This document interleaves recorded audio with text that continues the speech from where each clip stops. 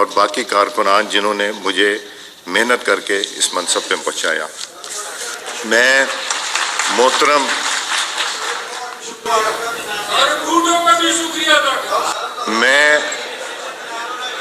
میں جناب عامر ڈوگر صاحب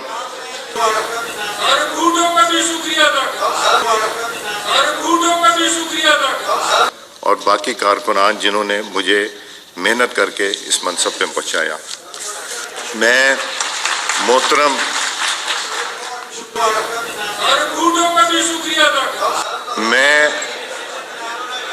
میں جناب عامر ڈوگر صاحب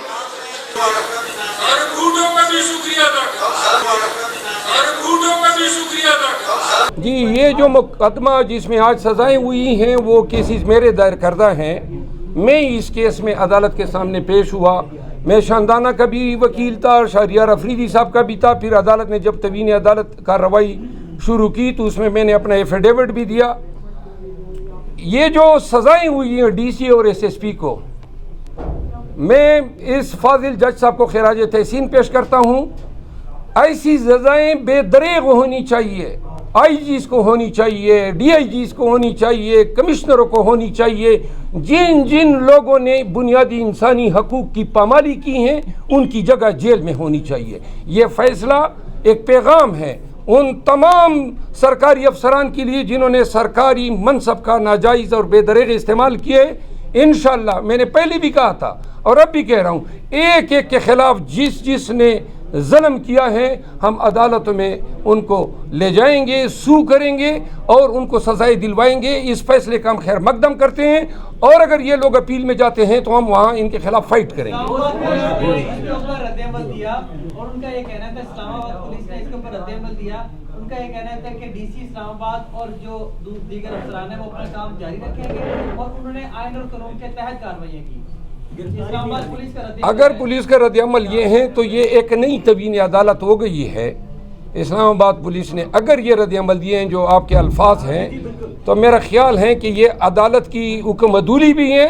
اسلام آباد ہائی کورٹ کو بحیثیت ادارہ سوچنا چاہیے کہ پولیس کیوں کر اتنی جرت کر رہی ہیں کہ ہائی کورٹ کے ایک ہانریبل جج صاحب کی طرف سے دیے گئے ایڈجوڈیکیشن ایک فیصلے کو وہ یوں قرار دے رہے ہیں گویا جن کو انہوں نے کنوکٹ کیا ہے ان کو غلط کنوکٹ کیا ہے، اور اگر ابھی تک ان کو گرفتار نہیں کیا گیا ہے اور ان کو جیل نہیں بھیجا گیا ہے تو یہ سراسر توہین عدالت ہے اور اس پہ آئی جی اسلام آباد کی سرزنش ہونی چاہیے۔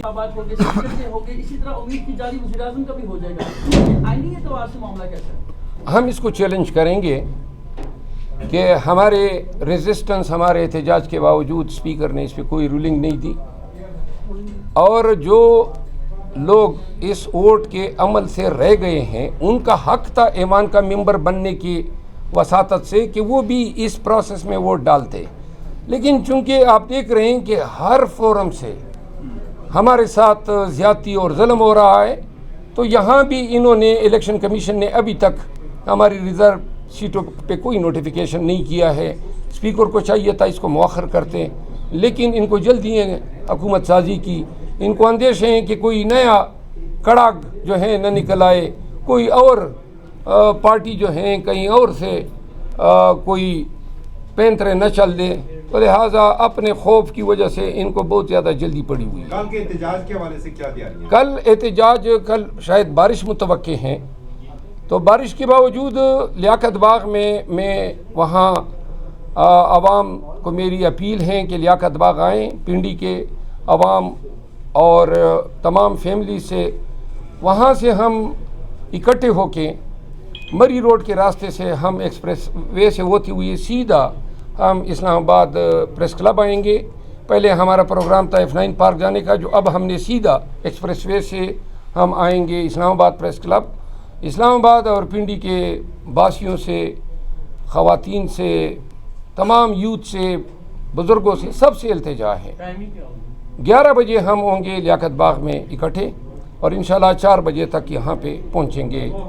اسلام کامنٹ کرتے ہیں، آپ کو بتا دیں کہ 144 کا نفاذ ہے اور گزشتہ بار بھی آپ کو گرفتار کرنے کی کوشش کی گئی تھی، اس دفعہ بطور ممبر اسمبلی بھی گرفتاری ہو گئی۔ اس وقت بھی میں ممبر اسمبلی تھا اور گرفتاری الف لینا یا نہ لینا ان ناہنجاروں کے سامنے کوئی حیثیت ہی نہیں رکھتا ہے. ہم 144 ہمارا حق ہے پاکستانی کی حیثیت سے. آئین ہمیں حق دیتا ہے کہ کسی بھی ناجائز غلط کام کے خلاف احتجاج کریں. یہ آئین کا حق ہے. 144 وہ ضابطۂ فوجداری جو ایک ذیلی قانون ہے, آئین سپرسیڈ کرتا ہے.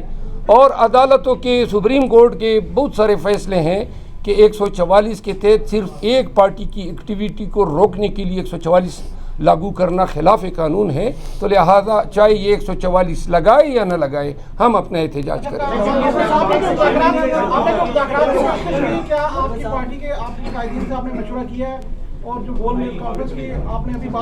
جی, یہ ایک جرنل ہماری پرسیپشن ہے. محمود خان اچکزئی نے بیسیکلی جو بات کی ہے یہ پوری قوم کا بیانیہ ہے. پوری قوم یہ چاہتی ہیں کہ سیاسی قوتیں مل بیٹھ کے پاکستان کے مستقبل کا حل نکالیں.